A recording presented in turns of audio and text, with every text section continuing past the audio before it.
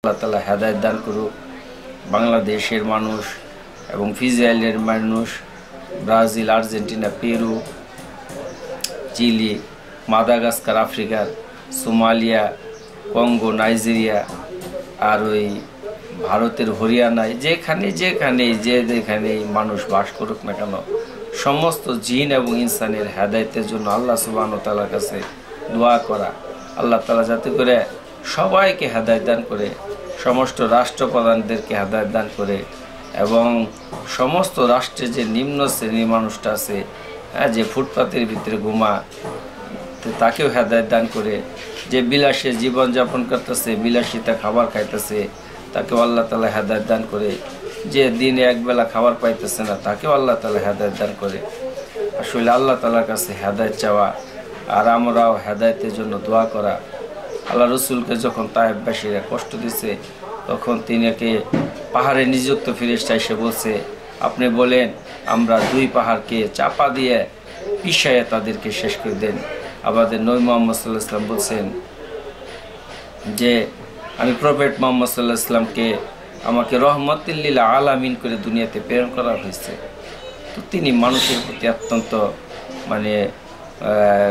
উদারতা দেখাইছেন, যে হয়তো তারা দিন বুঝতেছে না, তাদের প্রজন্ম না হোক, তাদের নেক্সট প্রজন্ম, তারা হয়তো সত্য দিনের কথা এখনও তায়েফের মানুষগুলা যখন আল্লাহ রসুলের এই কথাগুলো শুনে তাদের চোখের পানি অঝরে পড়ে। সেজন্য আমাদের কাজ হইতেছে মানুষকে সত্য বাণী পৌঁছানো। বাকিটুকু দায়িত্ব হেদায়েত দেওয়া না দেওয়ার দায়িত্ব হইতেছে আল্লাহ তাআলা। আল্লাহ রসুল সাল্লাল্লাহু আলাইহি ওয়াসাল্লাম আবু জেহেল এবং উমর রাদিয়াল্লাহু তাআলা আনহুর ব্যাপারে হেদায়েত চেয়েছিল, কিন্তু আল্লাহ সুবহানাহু ওয়া তাআলা উমর রাদিয়াল্লাহু তাআলা আনহুকে কবুল করছে। আবু জেহেলের তকদিরে হেদায়েত নাই, ওটা আল্লাহ তাআলার ইখতিয়ারভুক্ত। কিন্তু আমভাবে আসলে আমাদের সবার জন্য হেদায়েতের দোয়া চাওয়া, এটা আমাদের কর্তব্য। আর আমরা যে কোনো অবস্থায় থাকি না কেন, আল্লাহ সুবহানাহু ওয়া তাআলার শুকরিয়া আদায় করা আর সবসময় মানুষকে ক্ষমা করে দেওয়ার মতন মনোভাব তৈরি করা। আল্লাহ তাআলা অত্যন্ত ক্ষমাশীল।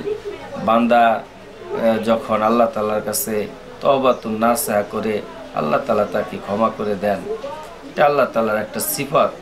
আল্লাহ তাআলার একটা নাম কাহার, আর 98টা নামই হইতেছে রহমত সম্পর্কে। তো আল্লাহ তাআলা আমাদেরকে কথাগুলাকে বোঝার তৌফিক দান করুক। তো আমি এখানে আমার কথাকে শেষ করলাম। আজকে তারিখ হচ্ছে 17 তারিখ মার্চ মাস 2025 সাল। আমার নাম মোহাম্মদ রুকনউদ্দিন, নান্দিনা পুরাতন পাড়া, জামালপুর অধিবাসী, বাংলাদেশ আমার দেশ। আসসালামু আলাইকুম ওয়া রাহমাতুল্লাহি ওয়া বারাকাতুহু। কাইন্ডলি আমার ভিডিওটাকে শেয়ার করে দিবেন। একটা কথা, এখান থেকে যদি একটা কথাও কারো ভালো লাগে, হয়তো তার জীবনে পরিবর্তন আসবে। ভালোটাকে আপনি গ্রহণ করেন, রিসিভ করেন, মন্দটাকে আপনি ডিলিট করে দেন। একটা মানুষ যদি এখান থেকে একটা কথাও যদি তার ভালো লাগে, হয়তো তার জীবনে একটা পরিবর্তন আসলে এটাই তো কল্যাণ। আল্লাহ তাআলা আমাদেরকে বুঝার এবং আমল করার তৌফিক দান করুক কথাগুলোকে। আসসালামু আলাইকুম ওয়া রাহমাতুল্লাহি ওয়া বারাকাতুহু।